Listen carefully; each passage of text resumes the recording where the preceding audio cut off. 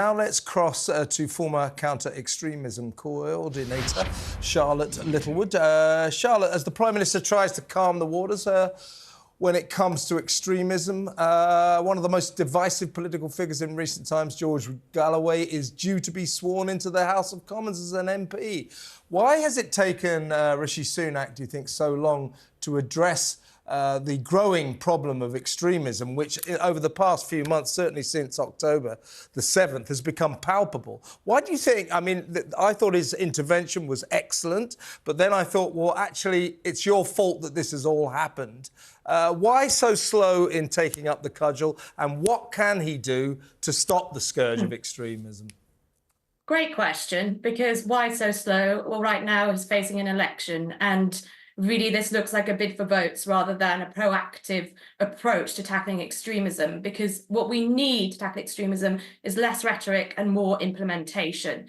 We need to take, as you're actually already looking into, the Charity Commission and the speed with which they move when they come to investigate and shut down charities is painfully slow.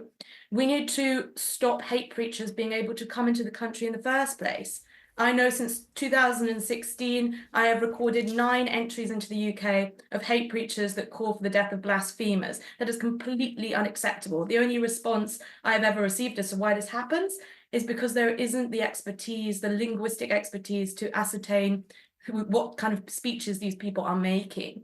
We have partners we could work with for this. We could work with India, who has a list of those that are engaging in hate preaching in Pakistan, Bangladesh, India. Then schools, we need proactive support to schools. We have a teacher still in hiding. We have an autistic child that received death threats for dropping a Quran. We have a school that is being harassed and bullied, death threats again for their policy around prayer. The Department for Education is not publicly speaking out for these schools, not saying that they've taken the right approach, not defending them. There isn't extra police support. We need a real strong approach to schools so that they can go about teaching. And then teaching. We need to teach around what is democracy? How can you be involved in voting? What does it mean to be a citizen in the UK?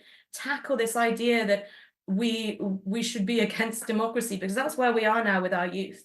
I think, you know, it's quite linked to why there are so many that wouldn't join the army, for example, because there is a lack of trust in our institutions, and there's a lack of pride in who we are from whatever ethnic or racial background you may be from. That pride is lacking, and that needs to be something we work on at a school age. There's so much that needs to be done and has needed to be done for years. I recorded 173% rise in anti-Semitic incidences in schools in 2022, and we have still done nothing about that report. No recommendations have been implemented. Yet Rishi Sunak talks about changing a definition. Please, implementation, not rhetoric. Charlotte, talk to us a little bit about the nature of some of these groups, because when you lift the lid off a few of them, and they sound fairly innocuous when you look at their names, and then you find out that they're doing things like advising the police against Islamophobia or being an interlocutor between the community and the government. And yet, when you sort of investigate a little bit into them, you realise that some people on their boards or some of their leaders have previously been connected to organisations which, frankly, we should have nothing to do with. And there they are, giving little lessons to the police on how to police. Yeah, I mean, you just need to go back to the 50s and the 60s when we took the Middle East and North Africa's radical crap. So we took those from the Muslim Brotherhood, those linked to the Muslim Brotherhood, into the UK. They set up their institutions here. One of the first was set up by someone called Khalim Siddiqui, the Muslim Institute, and the Muslim Parliament of Great Britain. And one of his clauses was, actually, I have it written down here, the Muslim community may have to define no-go areas where the exercise of freedom of speech against Islam will not be tolerated. The one thing we must not do is surrender to the demands of rampant immoral secularism. This individual came and set up 3 Muslim organisations in the UK that transformed and adapted into organisations that are present today. And it's that thinking that underpins a lot of what we would call the Islamist organisations in the UK that even under the previous definition couldn't be tackled. So what a new definition is going to do for us, I don't know. Your points about what we should do are excellent, really substantial suggestions. And I hope the Prime Minister listens. But to go back to your point, I mean, I've seen this report, the TalkTV report, with all these preachers making their speeches. And, you know, it's not for me to forejudge the verdicts on what they're saying, but I've heard what they were saying, and it seems to me extraordinary that here we are 4 months on, is it 5 months, 4 months, 3 months on, and still we're talking about assessing whether or not they may have been hate preaching, they may have been anti-Semitic. They're talking about assessing it.